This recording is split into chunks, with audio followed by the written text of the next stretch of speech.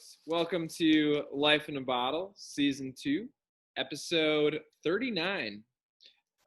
We are here with a very special guest this evening and afternoon in Oregon, John Paul from Cameron Winery. Thanks for joining us, John Paul. Happy to be here. How the heck are you doing, man? You know, I'm doing all right.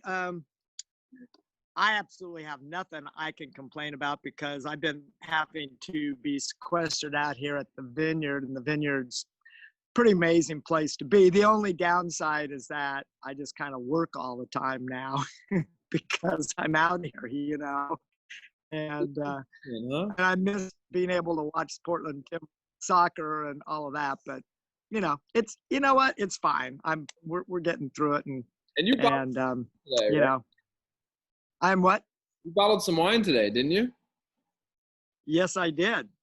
How did that? I bottled the Clos Blanc, and for the first time in 6 years, we are going to have a Wadsworth. Oh yeah. Oh, that's exciting.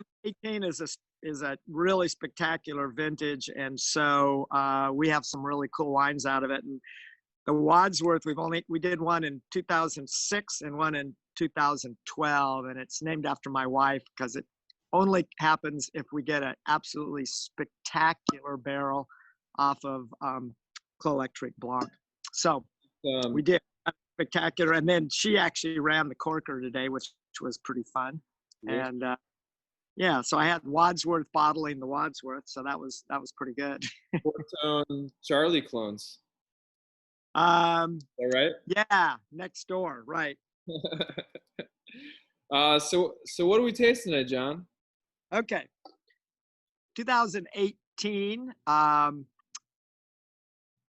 Dundee Hills. And what you have to remember, if you know anything about Cameron, is that we basically have two vineyards in the Dundee Hills. Our estate vineyard here, which is Clos Electrique, and our partner's vineyard, Bill and Julia Wayne's vineyard, Abbey Ridge, higher up in the Dundee Hills. Abbey Ridge is about 45 years old now. Clos Electrique is 36 years old.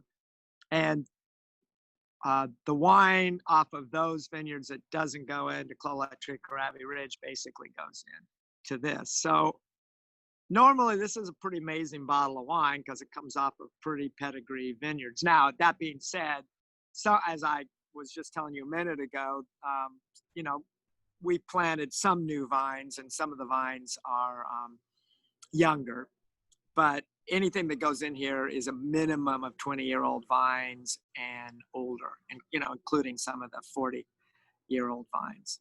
So this is a spectacular vintage. 2018 was a vintage. It was pretty warm in August, a lot of days in the 90s, but it always got down into the mid-low 50s at night.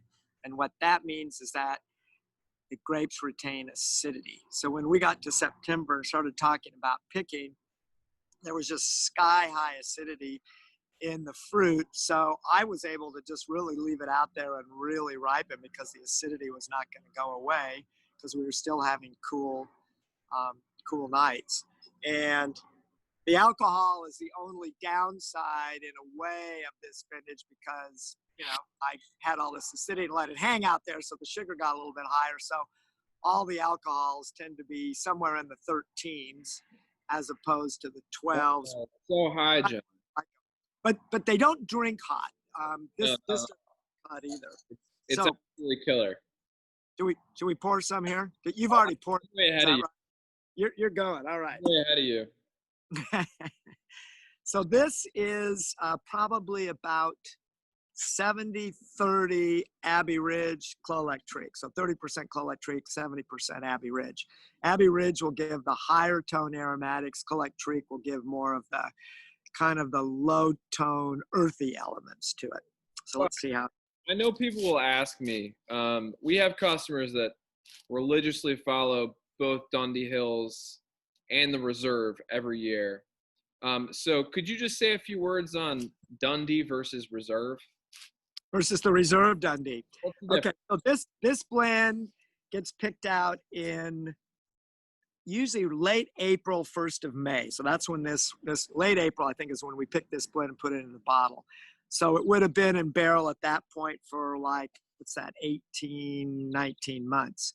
At that point, we still have all the barrels that are possibilities for Clos Lectrique and Abbey Ridge. So kind of the absolute creme de la creme barrels.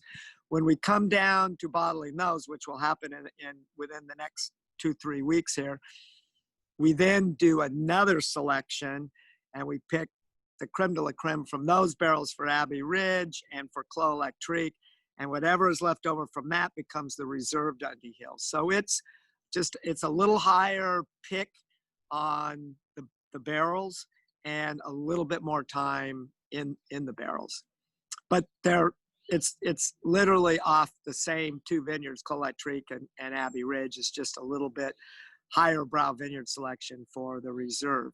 This wine is always a good indication of what the vintage is like, and therefore, if you like this, you're going to really like the reserve. So that's generally what I tell people is you use this as your indicator for what's coming down the pipe. You probably knew this already, but I like it. I like it a lot. Just saying. So lots of lavender. Lavender, that's from Abbey Ridge. Lavender is an Abbey Ridge characteristic. Dark cherry is a Clos Lectrique characteristic. There's a little bit of kind of briary fruit in it. That's an Abbey Ridge characteristic.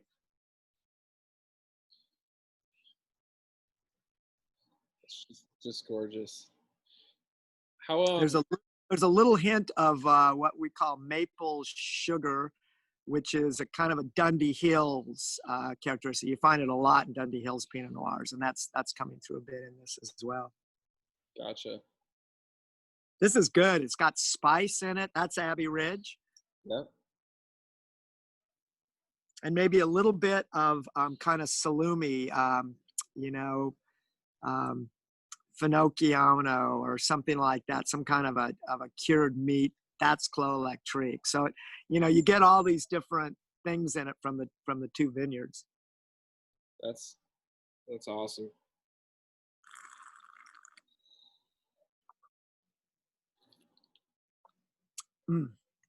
If it were earlier in the day, I'd be spitting, but it's 7 o'clock here. So, that's also, we call that wine o'clock around here. It is indeed. Man, the wine is just singing, John. This is a great vintage. This is a good vintage. Yeah, this is a really good vintage. Yeah. And this is maybe, it'll go for a while. If you kind of forget about it and lose it in your cellar, you'll be happier for it. But it drinks. Part of the idea when we put this blend together is for it to drink well right out of the chute. That's awesome. And what do you like to drink it with at the table? Oh man, this is so versatile.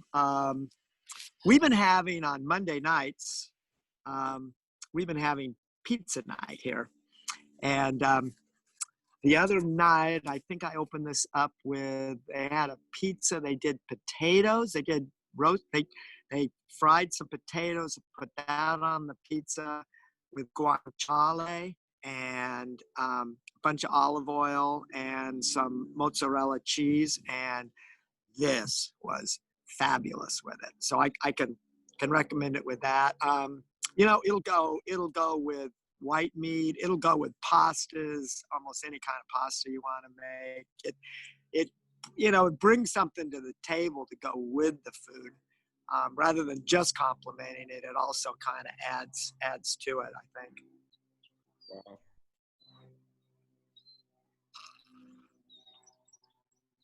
Well, just singing. Mm.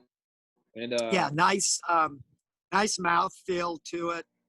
Decent finish. The finish on this, I give credit to the Abbey Ridge portion of it, because the Abbey Ridge portion that went in this in particular there was a bunch of wine from the 45-year-old vines, and those wines just have this finish that just goes and goes and goes. So you add some of those to this wine, and it just lengthens it out and makes it a really nice wine. Well, it might be my favorite vintage of Dundee Hills yet. Just 18 is one of my favorite vintages ever that I've ever done. And I've done, how many vintages have I done here now? 35 vintages. Yeah, 35 vintages. And honest, this is one of the best vintages I've ever seen. It's really spectacular. And like I said, the one negative that if there's a negative to be said about the wines I made in 18 is that the alcohols are going to tend to be a little high, but they don't drink like that. They don't, you aren't aware that the alcohols are in the 13s like they are. And the acidity is so good. The Abbey Ridge Chardonnay that we bottled today, and Chardonnay tends to have a much higher conversion rate of sugar to alcohol because it's inside a barrel and the alcohol can't get out during the fermentation, so it kind of refluxes in there. And where the same fruit would make about a 13.2 or 3 Pinot Noir, it'll make a 14% Chardonnay. And the Abbey Ridge Chardonnay came out to 14%, but the pH on it, and if you're familiar with pH, it's 3.2, which is really acidic. And so the wine is it comes off like a Chablis. It's really spectacular. It's pretty neat. So that's kind of what the vintage is about, is these high acidities, which is a low pH, and then lots of ripe fruit in them. So yeah, this is a fun vintage. It's almost similar to what happened in France that year. That's pretty cool. Well, I kind of lost track a bit of French vintages, but over the years when I was really keeping close track of that, I was always amazed at how much vintages here resembled the counterparts of Burgundy. And that's my dog hitting this. Come here. This is Marcel Duchamp. Marcel, what's up, man? Come here, Marcel. This is Marcel Duchamp. This is. There he is. She was part of this. That's a real episode. Maker plus dog. Yeah. Well, thanks for joining us today, John Paul. And happy to see you, Cody. Right vintage, but it's the wine is perfectly in balance. There's if there's heat here, I can't taste it. It's just no, that's what I mean. And it's even true like of that Abbey Ridge, which is higher alcohol than this. If you put it in front of people and you say, what do you think the alcohol is on this? They'll probably tell you 12.8, 12.9, something like that if they're used to European wines. And it's in the 13. So it's kind of neat. It doesn't show itself. Well, and I think that may be because there's so much fruit ester in it that kind of rises above any of the perception of the alcohol in it. Yep. Well, thanks for joining us for an episode. And cheers. We'll have to do this sometime soon. I think we should, especially, when we come out with the Reserve Pinot Noir, we'll release that, towards the end of the summer. Let's do that. And maybe Clos Electric Blanc is looking pretty good. We could do that. I'm good with these Zoom virtual tastings, man. Let's do it. Be fun. Yeah. Cheers, brother. Thank you, man. Sweet.